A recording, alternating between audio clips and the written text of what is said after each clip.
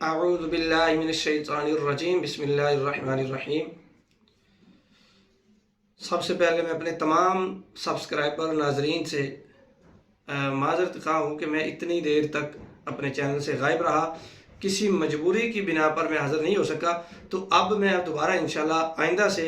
روزانہ کی انشاءاللہ ایک نہ ایک ویڈیو میں آپ کے لیے بناتا رہوں گا۔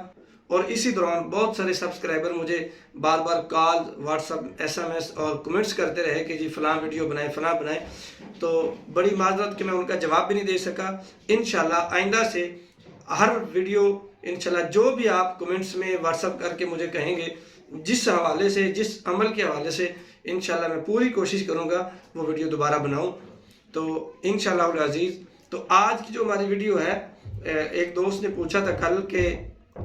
زیادہ چھینکیں بار بار ان کو آتی ہیں، یعنی کیونکہ موسم اس طرح کا ہے، نزلہ زکام کی وجہ سے بار بار چھینکوں کا آنا، تو اس کا علاج کیا ہے؟ تو اس کا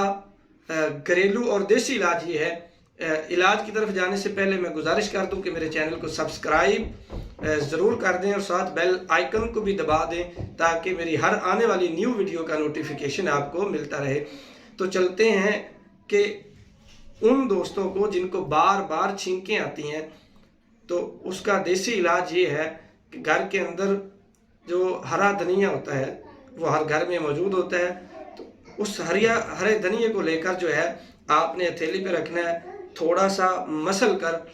مسلنے کے بعد اس کو آپ بار بار سونگھتے رہیں، 10-15 منٹ سونگھیں گے تو انشاءاللہ کافی حد تک چھینکیں آنا بند ہو جائیں گی آہستہ آہستہ، اور 1-2 گھنٹے تک انشاءاللہ چھینکوں سے مکمل چھٹکارا حاصل ہو جائے گا، اور زکام کے حوالے سے بھی کافی حد تک بہتری آ جائے گی۔ اس کے بعد آپ کعوہ بنا کے پی لیں تو انشاءاللہ شام سے پہلے آپ کو نزلہ زکام سے انشاءاللہ آرام آ جائے گا، سکون محسوس ہوگا۔